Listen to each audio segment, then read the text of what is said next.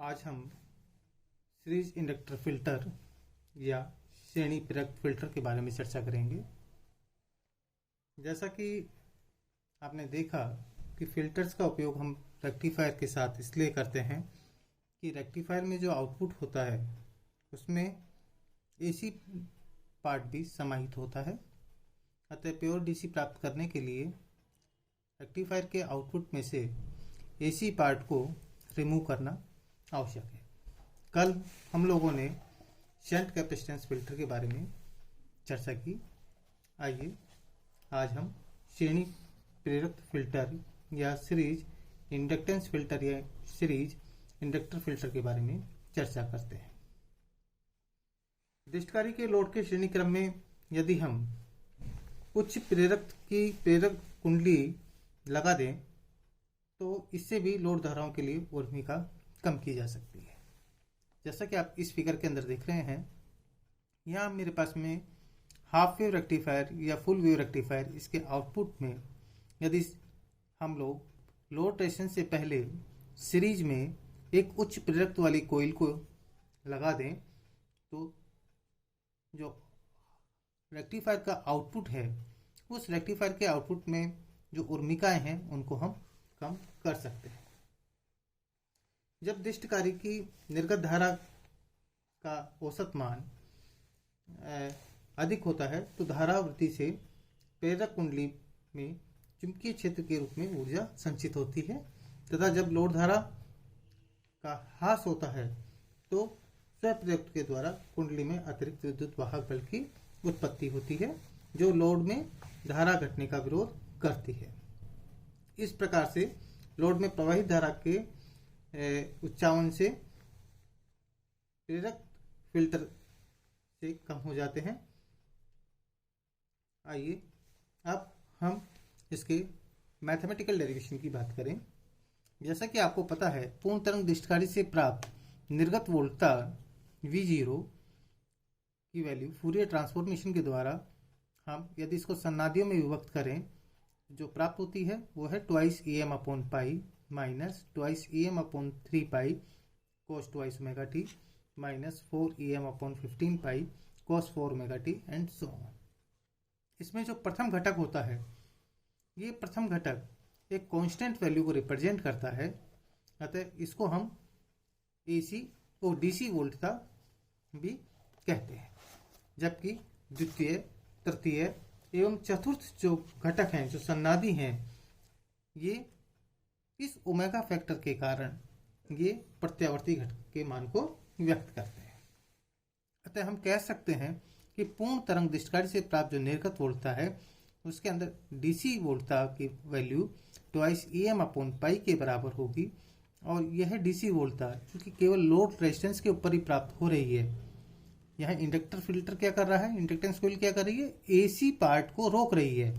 तो ये twice EM upon pi कहाँ मिलेगा आपको, लोड रेजिस्टेंस RL के सिरों के ऊपर मिलेगा। अतः हम कह सकते हैं कि लोड में बहने वाली जो DC करंट है उसकी वैल्यू किसके बराबर होगी, twice EM upon pi RL के बराबर होगी। अब हम बात करते हैं इसके AC कंपोनेंट के लिए। क्योंकि जो हमारे पास में पूर्ण तरंग दृष्टकारी से प्राप्त जो निर्गत वोल्टता है इसके द्वितीय व चतुर्थ सन्नादियों के आयाम का अनुपात 1:1/5 का है तथा इसके लिए प्रतिबाधाएं लगभग 1:2 के अनुपात में होंगी।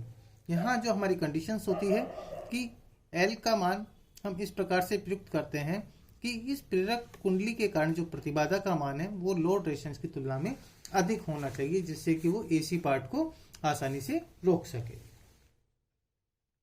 अतः हम यदि AC पार्ट के सेकंड, थर्ड, फोर्थ इन पार्ट्स की यदि बात करें तो चूंकि यहाँ पर सन्नादी 4 omega, next 6 omega, next 8 omega होगा तो उस कंडीशन में जो हमारे पास में AC वोल्टेज का मान होगा वो बहुत ही कम होता चला जाएगा।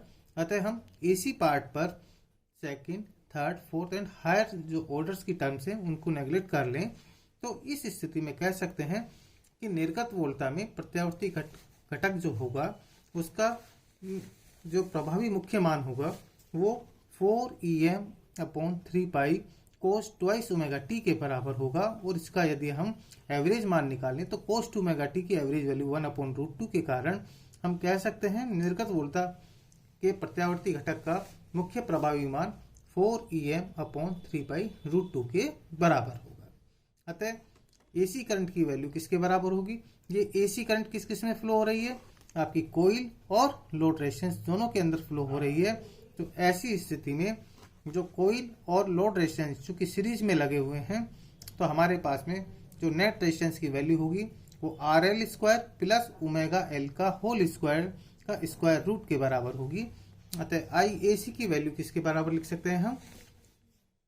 4Em/3 into 1/√RL² plus 4 omega square L² के बराबर।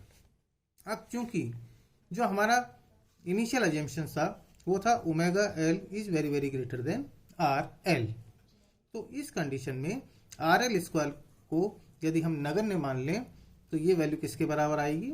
4Em/3 इंटू 2 ओमेगा एल के बराबर।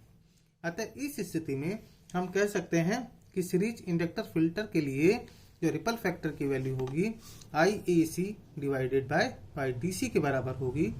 IAC की वैल्यू इस वाली समीकरण 4Em/3 इंटू 2 ओमेगा एल और IDC की वैल्यू 2Em/RL यदि हम सब्स्टिट्यूट कर दें तो ये वैल्यू किसके बराबर आती है? 0.236 divided by omega L RL के बराबर आती है। तो इस प्रकार से हम कह सकते हैं कि सीरीज इंडक्टेंस फिल्टर के लिए ripple factor R is proportional to RL and R is inversely proportional to omega L या R is inversely proportional to 1/inversely proportional to omega। तो इसका अभिप्राय ये हुआ कि सीरीज इंडक्टेंस फिल्टर के लिए रिपल फैक्टर का मान लोड रेजिस्टेंस के मान को बढ़ाने पर बढ़ता है। इसी प्रकार यदि हम L की वैल्यू को अधिक करें तो रिपल फैक्टर की वैल्यू कम होती चली जाती है। इसी प्रकार उच्च आवृत्तियों के लिए ओमेगा के उच्च मानों के लिए रिपल फैक्टर के मान का भी मान कम होता है। क्योंकि शंट कैपेसिटर फिल्टर और सीरीज इंडक्टेंस फिल्टर के दोनों ही केसेस के अंदर हमने ये देखा कि रिपल फैक्टर की वैल्यू लोड रेजिस्टेंस RL के ऊपर निर्भर करती है। तो ये दोनों फिल्टर जो हैं इलेक्ट्रॉनिक उपकरणों के लिए उपयुक्त नहीं होते हैं। इनके स्थान पर हम शंट कैपेसिटर और सीरीज इंडक्टर फिल्टर दोनों का एक कॉम्बिनेशन काम में लेते हैं जिनको हम L सेक्शन फिल्टर और पाई सेक्शन फिल्टर भी कहते हैं। L सेक्शन फिल्टर कल के टॉपिक में हम इसको डिस्कस करेंगे। Thank you.